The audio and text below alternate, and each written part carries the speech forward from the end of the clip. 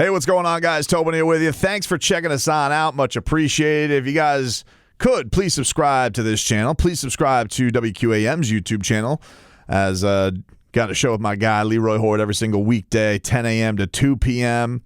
Did a lot of reacting to Heat and Knicks, obviously. The Panthers getting themselves a big win in Game 1.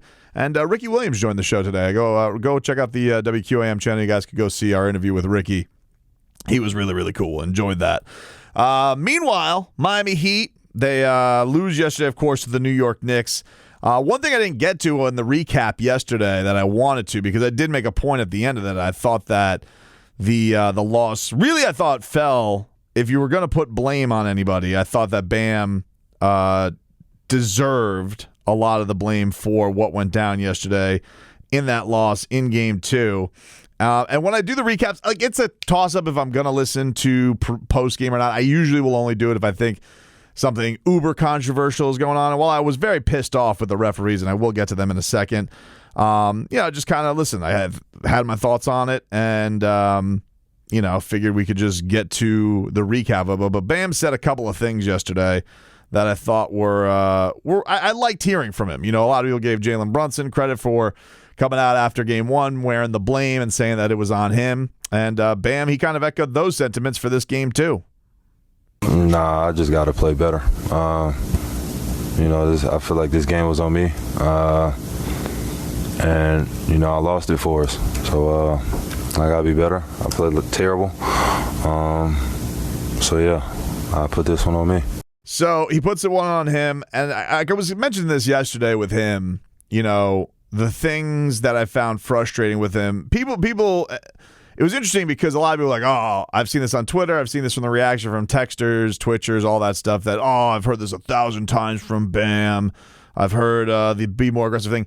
Noted, he did not say I needed to be more aggressive. He flat out thought that he played a bad game and the game was on him. I don't hear a lot of that from Bam, to be honest with you. It's not that he's not an accountable person, but the old, I got to be more aggressive, all that, this is not the same thing that he is saying. And I think what probably bothered him more than anything was I think that he knew that he got taken out of his game yesterday. Like, I thought Bam was playing a good 3 quarters of basketball up until he came back in the fourth quarter. I don't think he was playing a poor game, but he mentions this after the game that the Hartenstein play, which I think everybody thought really swung things, that was the big turning point. Those are the ones we need to have.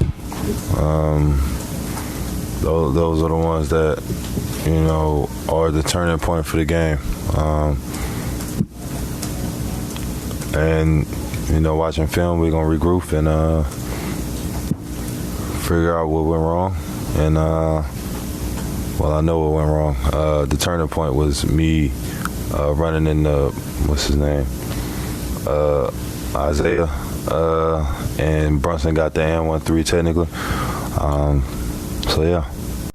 And so, it can't be put any plainer like that. He knew it was pretty obvious where that momentum of the game swung, and especially with should it have counted, should it not have counted? I don't think it should have counted, but what are we going to say? I mean, this Scott Foster yesterday.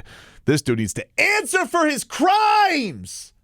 I mean, what is this yesterday? First of all, you're getting love from Josh Hart as you walk off the court. I appreciate you. No, I'm glad you do appreciate him, Scott. And Josh. And it's like immediately they have this guy mic'd up and he's telling him not to listen to Kyle Lowry. Boy, did he not, because he had Kyle Lowry just absolutely dish-ragged under Julius Randle, and they're calling fouls on Kyle Lowry. Ridiculous. And then, of course, I mean, let's not even get into the shot clock nonsense that was going on. Spo's explanation of this was so great because Eric Spoelstra was out here. And, I mean, if you want to talk about just the most passive-aggressive jabs at the officials, this is why Spoelstra is such a maestro at this stuff and being able to say how a referee bleeped up in the worst possible way, but he would never get fined for it. No, it's not. I'm not a physics guy. I wasn't great with that in high school, but I saw the ball just change course of direction from my vantage point. But I get it. This game is not an easy game to officiate. It just looked like it took a different course. that would have made it a 1-point game. Yeah, that's an important play. But look, the officials didn't have anything to do with this. We had enough plays to make on our own. Certainly, some of these scrums, get a couple of these calls that go the other way, that can make a difference. But also putting your imprint on the game and taking matters in your own hands, that can also, change the course of the result. I think that the Heat probably will find disappointing about this game is that I think even in the Bucks series, there were plenty of games I was coming up afterwards and just thinking, man, the referees were officially awful. The officials were awful. And I think the thing that was annoying about yesterday, because mind you, look, the Heat did what they had to do. I don't want to get crazy about it. They got the home court advantage. They won their game to open up the series.